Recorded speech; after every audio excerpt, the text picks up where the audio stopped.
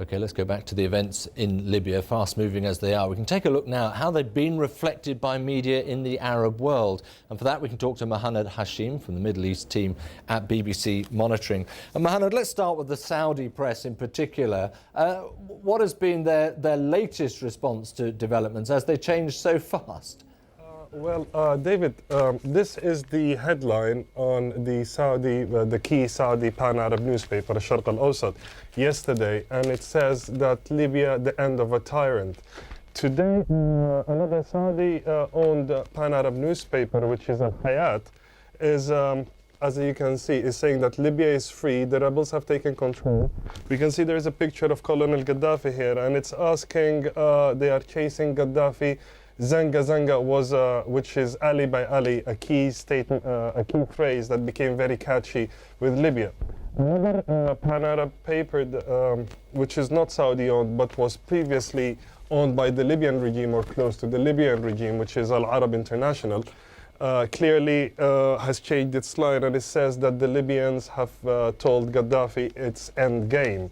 Right. So clearly different views, Mohanad, nonetheless persist across the region. I mean, what about Algeria, for example, or let's say Syria? I mean, that would be perhaps the most pertinent one to have a look at. That's a very interesting one, because the Syrian press seems to be largely preoccupied with events in Syria itself and the line of Bashar al-Assad in trying to reform and the conspiracy that Syria is facing against its stability.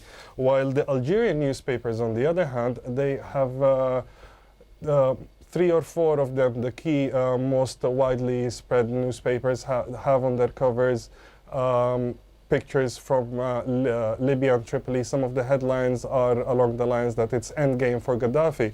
But Algeria is very upset with regards to how it has been portrayed by the rebels' National Transitional Council, and the attack yesterday on the Algerian embassy in Tripoli by numbers of rebel fighters has made several Algerian commentators very upset. Right.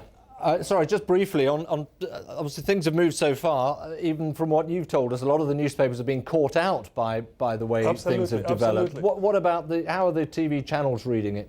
The Arabic television channels are really split, while the Saudi-owned Al Arabiya television is trying to probe the idea that the rebels had initially captured Saif al-Islam al-Gaddafi, and then he made his appearance yesterday and earlier this morning.